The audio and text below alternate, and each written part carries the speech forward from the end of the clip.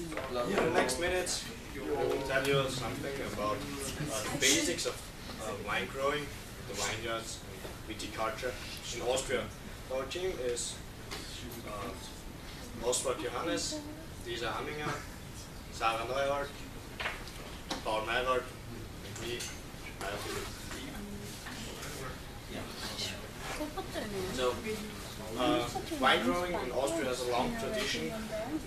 One family, one generation gives the tradition and the know-how of wine growing to the next generation. So the next generation learns. The first wine came to Austria along the river Danube, Donau auf Deutsch. The first wine was grown in Austria about 700 BC, and the Romans cultivated wine growing. That's the problem with the computer. Now I'd like to say something about the main grapes variants in Austria and Styria. There are 35 different grape sorts. 22 are white and 13 are red.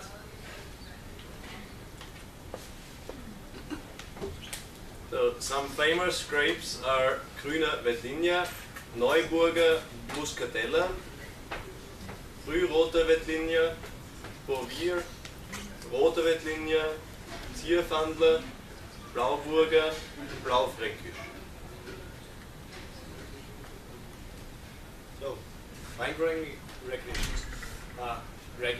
So, we have 4 great regions to grow wine. Regions. That's Niederösterreich, there in the north, then Burgenland, the east, and Steiermark, Styria in the south, and Vienna. So, Styria has wine growing area about 4,240 hectare, and is one of the best regions for Sauvignon Blanc.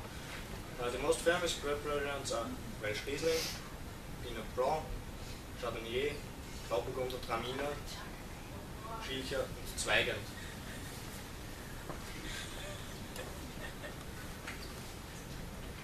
Organic viticulture. Organic products are currently trendy, and this is also being reflected in wine production.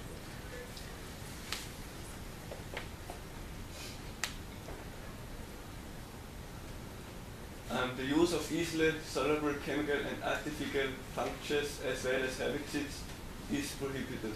Conscious cultivation of the vineyards naturally promote the health and fertility of the soil and a respect for its natural circle. Biodynamic viticulture. The aim of this production method is to implement an integral treatment of the wine estate. The use of easily soluble chemical and artificial functions as well as herbicides is prohibited. No genetically modified products have not been used in any part of its production. So now, the integrated pest management is to treat pesticides and other harmful substances for wine with measures, and then in consequence to harm them so they couldn't harm the plant with regard to the environment. The conventional viticulture is regardless to the surroundings and to the environment, and is the complete destroyment of all pesticides, harmful substances. The main influence of climate and soil. By observation was noted that wine on different locations are different.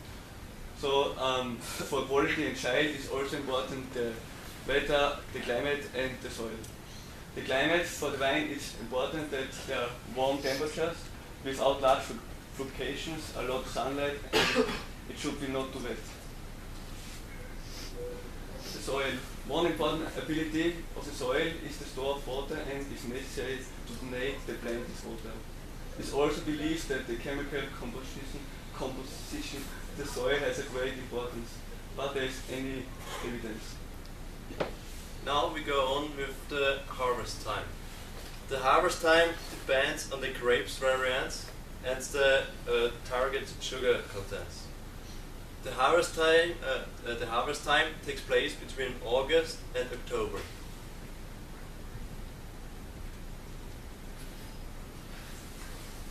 So this chart describes like the harvest of 2012 and the harvest of 2011.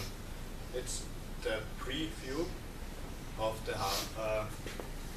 harvest, and so that you can see the harvest in the different countries of Austria. So Burgenland, Niederösterreich, Styria, and Vienna.